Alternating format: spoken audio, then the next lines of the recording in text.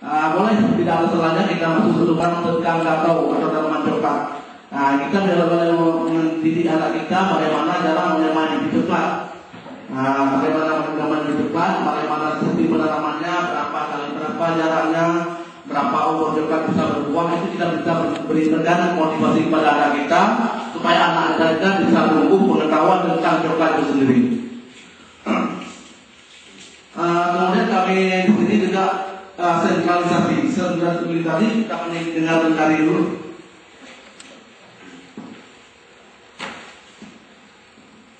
Sentralisasi kita sudah dengar mengenai sentralisasi, artinya segala sesuatu diatur oleh pusat, mulai dari kurikulumnya, bahannya, metodenya, ataupun apa saja yang diatur oleh Departemen Pendidikan dalam hal ini. Kemudian kita di mana kita menjalankan apa saja yang sudah diatur dari Jakarta. Dan kenali dari atas ke bawah, kita dari bawah tidak bisa naik ke atas. Sehingga banyak buku-buku yang kita baca dulu seperti contoh-contoh yang gampang diberikan seperti ini Budi, Bapak Budi, itu semua dari sana. Sementara kita tidak pernah mendengar sampai sekarang kalau di Aceh ini saya rasa belum pernah ada orang yang namanya Budi. Kenapa kita berikan pada itu? Memang itu dari atas ke bawah. Kenapa tidak kita berikan pendidikan satu dulu? Bupati Aceh Barat Ramli, di bawah lagi Bupati Aceh Barat Ramli. Ya, berarti anak kita satu sudah tahu. Bupati Aceh Barat adalah sekarang Ramli. Gubernur Daerah Istimewa Aceh atau Gubernur Nagwa Aceh Darussalam Irwandi. Gubernur Aceh Irwandi.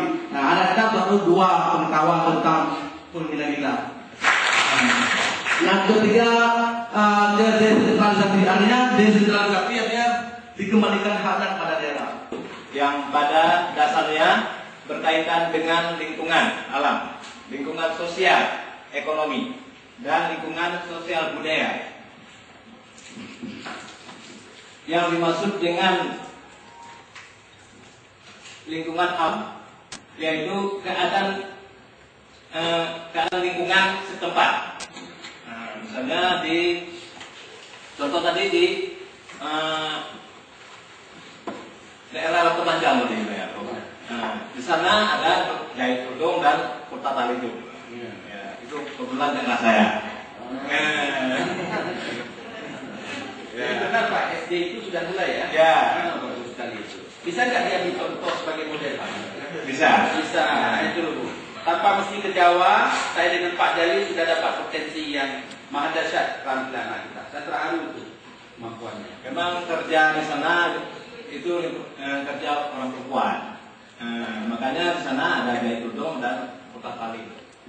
Berarti Bapak benarkan pernyataan? Ya benar-benar. Karena saya pun bukan daerah Masjid Tuhan. Oke, lanjut. Lingkungan sosial ekonomi. Lingkungan sosial ekonomi. Kalau daerah kita ada penghasilan, tentu ekonominya lancar. Lingkungan ekonomi ini seharusnya kita menciptakan lapangan kerja. Ya, contohnya kerja keterampilan tadi ya.